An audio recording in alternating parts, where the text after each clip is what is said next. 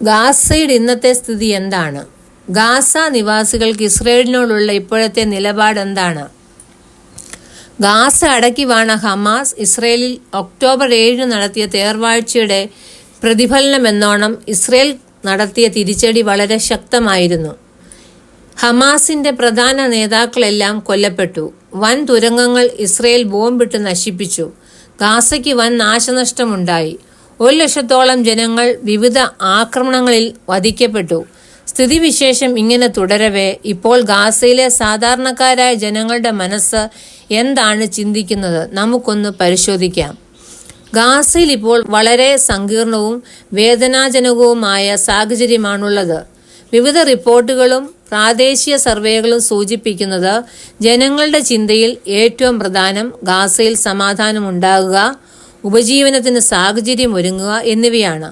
ഇപ്പോൾ ഗാസയിലെ ജനങ്ങളുടെ പ്രധാന ചിന്ത രാഷ്ട്രീയ കാര്യങ്ങളൊന്നുമല്ല, എങ്ങനെയെങ്കിലും ജീവൻ നിലനിർത്തുക എന്നത് മാത്രമാണ്.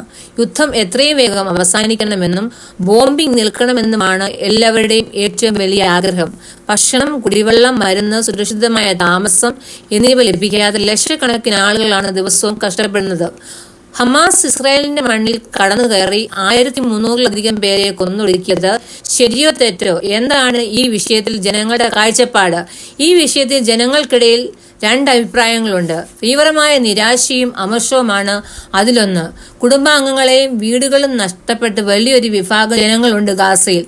ഇത്രയും വലിയ നാശനഷ്ടങ്ങൾക്ക് വഴിവെച്ച ഒക്ടോബർ 7 ആക്രമണത്തെക്കുറിച്ചും തുടർന്നുണ്ടായ ദുരന്തങ്ങളെക്കുറിച്ചും ഹമാസിന്റെ തീരുമാനങ്ങളെക്കുറിച്ചും ജനങ്ങൾക്കിടയിൽ വലിയ അമർഷവും നിരാശയും ഹമാസിനെതിരെ ഉയരുന്നുണ്ട്. അതെ, ഒക്ടോബർ 7 ആക്രമണം തെറ്റായിപ്പോയി, അല്ലെങ്കിൽ തെറ്റായ തീരുമാനമായിരുന്നുവെന്ന് കരുതുന്ന ഗാസയിലെ ജനങ്ങളുടെ എണ്ണം ഇന്ന് വളരെ ഉയർന്നതാണ്. കുടുംബാംഗങ്ങളുടെ മരണം, വീടുകളുടെയും നഗരങ്ങളുടെയും പൂർണ്ണമായ തകർച്ച, തുടർച്ചയായ കുടിയൊഴിപ്പിക്കലുകൾ എന്നിവ കാരണം ഇസ്രയേൽ ഭരണകൂടത്തോടും സൈന്യത്തോടും ഗാസയിലെ ജനങ്ങൾക്ക് അതിരറ്റ അമർഷമാണുള്ളത്. ഭക്ഷണവും കുടിവെള്ളവും മരുന്നും പോലും തടയപ്പെടുന്ന ഉപരോധ സാഹചര്യങ്ങൾ ഇസ്രയേലിനോടുള്ള വെറുപ്പും പ്രതിഷേധവും വർദ്ധിപ്പിച്ചു. വളരെ കുറച്ചു പേർക്ക് മാത്രമുള്ള മറ്റൊരു അഭിപ്രായം ഇതാണ്. വർഷങ്ങളായി ഇസ്രയേലിൽ നിന്ന് അനുഭവിക്കുന്ന ഉപരോധത്തിനും ദുരിതങ്ങൾക്കും എതിരെയുള്ള പ്രതിരോധമായി ഇതിനെ കാണുന്നവരുണ്ട്. എങ്കിലും കടുത്ത ദുരിതങ്ങൾ കാരണം സാധാരണ ജനങ്ങൾ ശരിക്കും തളർന്നിരിക്കുകയാണ്. യുദ്ധം നീണ്ടുപോകുന്തോറും കഷ്ടപ്പാടുകൾ വർദ്ധിക്കുന്നതിനാൽ ഹമാസിന്റെ തീരുമാനങ്ങളെയും യുദ്ധരീതികളെയും കുറിച്ചുള്ള വിമർശനങ്ങൾ ഗാസയിലെ ജനങ്ങൾക്കിടയിൽ വർദ്ധിച്ചു വരുന്നതായി പല പാലസ്തീൻ സ്വതന്ത്ര സർവേകൾ ചൂണ്ടിക്കാണിക്കുന്നു. അതേസമയം തന്നെ ഇസ്രയേൽ നടത്തുന്ന സൈനിക നടപടികളും ജനങ്ങളെ തുടർച്ചയായി കുടിയൊഴിപ്പിക്കുന്നതും സാധാരണക്കാർക്കുണ്ടായ വൻ നാശനഷ്ടങ്ങളും കാരണം ഇസ്രയേലിനോടുള്ള കടുത്ത അമർഷവും പ്രതിഷേധവും ജനങ്ങളിൽ വളരെ വലുതാണ്. ഇസ്രയേൽ നടത്തുന്ന ആക്രമണങ്ങൾ ഇതെന്നാണ് അവസാനിക്കുക, ഞങ്ങൾക്ക് എന്നാണ് സമാധാനത്തോടെ ജീവിക്കുവാൻ കഴിയുക എന്ന ചോദ്യമാണ് ഇപ്പോൾ ഗാസയിലെ ഭൂരിഭാഗം മനുഷ്യരുടെയും മനസ്സിലുള്ളത്. ഇസ്രയേലിനോടുള്ള ഗാസയിലെ ജനങ്ങൾക്കുള്ള നിലപാട് തികച്ചും കടുത്ത അമർഷവും പ്രതിഷേധവും വേദനയും നിറഞ്ഞതാണ്. പാലസ്തീനിലെ പ്രമുഖ റിസർച്ച് പ്രസ്ഥാനമായ PCPSR Palestine centre for policy and survey research നടത്തിയ സ്വതന്ത്ര സർവേകളും അന്താരാഷ്ട്ര മാധ്യമ റിപ്പോർട്ടുകളും പരിശോധിച്ചാൽ ഈ മാറ്റം വ്യക്തമായി മനസ്സിലാക്കാം.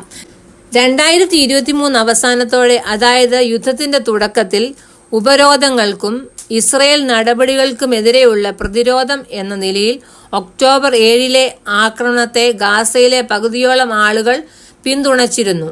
എന്നാൽ യുദ്ധം ദീർഘിക്കുകയും ഗാസ പൂർണ്ണമായി തകരുകയും ചെയ്തതോടെ കാര്യങ്ങൾ മാറി. ഗാസയിലെ 55%-ലധികം ജനങ്ങളും ഒക്ടോബർ 7 ഇസ്രയേലിനെ ആക്രമിക്കുവാനുള്ള ഹമാസിന്റെ തീരുമാനം തെറ്റായിരുന്നുവെന്ന് സർവേയിൽ തുറന്നു പറയുന്നുണ്ട്.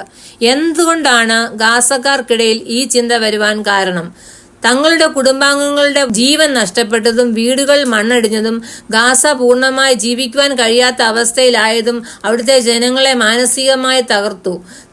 ഇത്രയും വലിയ തിരിച്ചടിയും വംശഹത്യയും ഉണ്ടാകുമെന്ന് മുൻകൂട്ടി കാണാതെയാണോ ഹമാസ് ഈ ആക്രമണം നടത്തിയത് എന്ന ചോദ്യം സാധാരണക്കാർക്കിടയിൽ ശക്തിപ്പെട്ടിട്ടുണ്ട്.